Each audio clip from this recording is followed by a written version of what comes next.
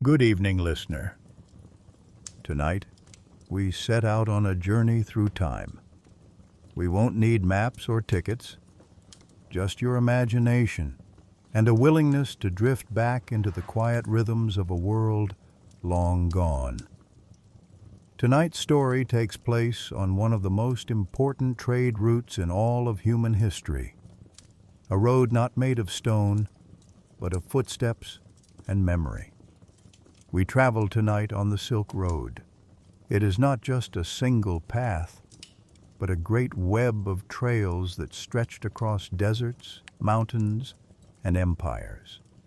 From the heart of China's ancient cities to the markets of the Roman Empire, through the steppes of Central Asia, the sands of the Taklamakan Desert, and into the soaring peaks of the Pamir and Tian Shan Mountains.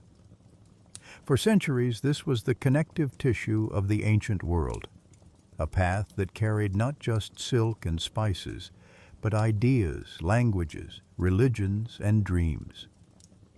Let us now imagine it is the year 750 AD, in the early Tang dynasty of China, a golden age of poetry, invention, and outward expansion.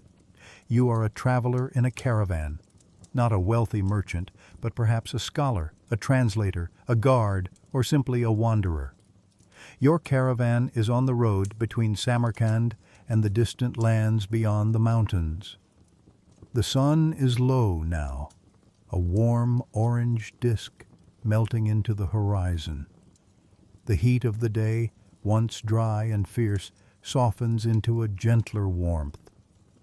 Camels snort and shuffle in the sand, their padded feet making barely a sound on the packed earth. This is not just any part of the Silk Road. This stretch, running through Transoxiana, modern-day Uzbekistan, was a hub of trade and culture.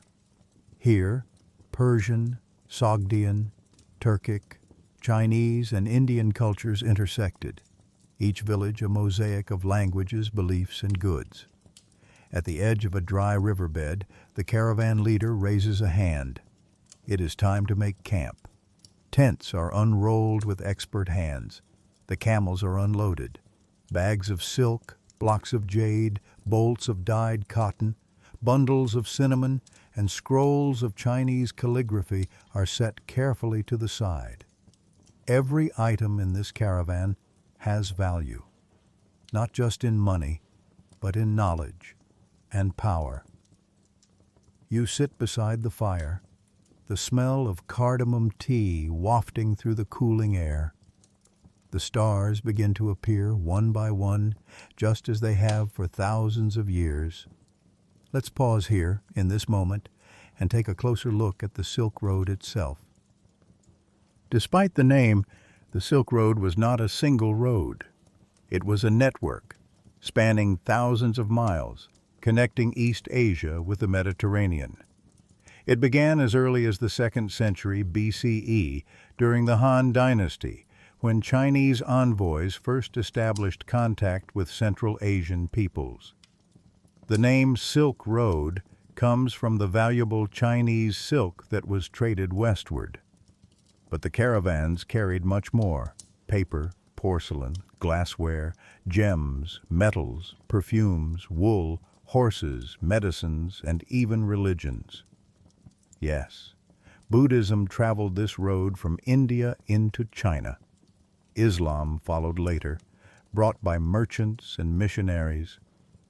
Nestorian Christianity, Zoroastrianism, and countless local belief systems were carried along the route like whispers in the wind.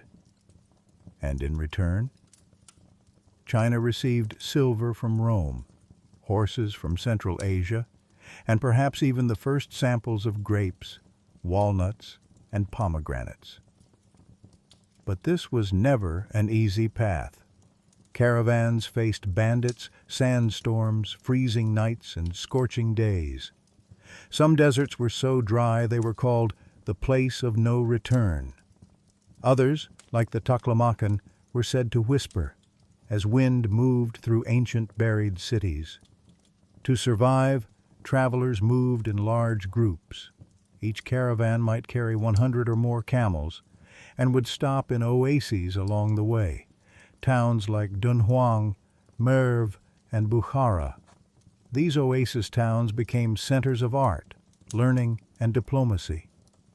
You could hear Persian poetry, Uyghur songs, Chinese operas, and Buddhist chants, all in the same city square. The sky above the Silk Road is darker now, deepening to a midnight blue. You lie back on your bedroll, wrapped in a light wool blanket. Around you, other travelers murmur softly in languages you don't quite know, perhaps Sogdian, Arabic, Greek, or Tamil. Nearby, a trader is sharing a story. He tells of the city of Kashgar, a place at the foot of the mountains where east meets west.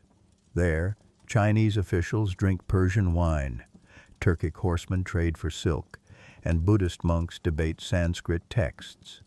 Another traveler, older and quieter, speaks of Bactria, a forgotten kingdom swallowed by time, where once even Alexander the Great passed with his armies 2,000 years before your time.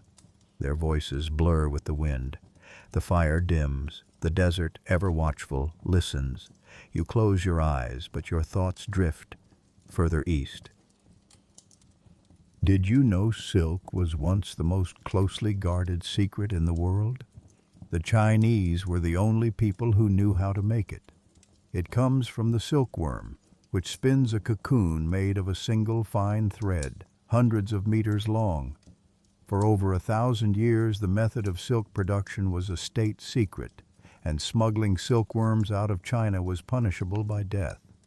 But eventually, the secret slipped westward, first to Khotan, then to India, and finally the Byzantine Empire, where silk became a treasure of emperors. Silk was more than fabric. It was a status symbol, a diplomatic gift, and even currency in some parts of Central Asia. To wear silk meant you had power. To sell it meant you had reach. But silk was only part of the story. From the west came the famed Fergana horses, large, strong, and swift. The Chinese prized them so highly they called them heavenly horses. In fact, entire wars were fought to acquire them. Why? Because horses weren't just animals. They were technology. In warfare, in agriculture, in communication, horses shaped empires. Just as silk represented elegance, horses represented force. And both moved along this road. Silk to the west, horses to the east. Perhaps most importantly, the Silk Road moved ideas. Paper was invented in China in the 2nd century BCE. By the 8th century, it had reached the Islamic world, and soon after, Europe. This changed everything.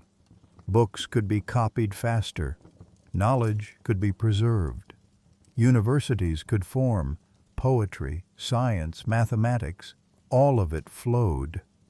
And so, in a strange and beautiful way, the Silk Road is not just about trade. It's about connection. A thread, like silk, that tied together cultures from the Yellow River to the Mediterranean Sea. You awake just before dawn. The sky is paling, the stars retreating. The fire is just warm ashes, and the caravan is stirring. There's tea boiling, and a kind hand offers you dried fruit and flatbread. Soon, the tents will be packed, the camels loaded again. Another day of travel begins, another page in the story of the Silk Road. But for now, you sit quietly. You breathe the desert air, and you carry this memory of a night on the Silk Road, somewhere deep within you.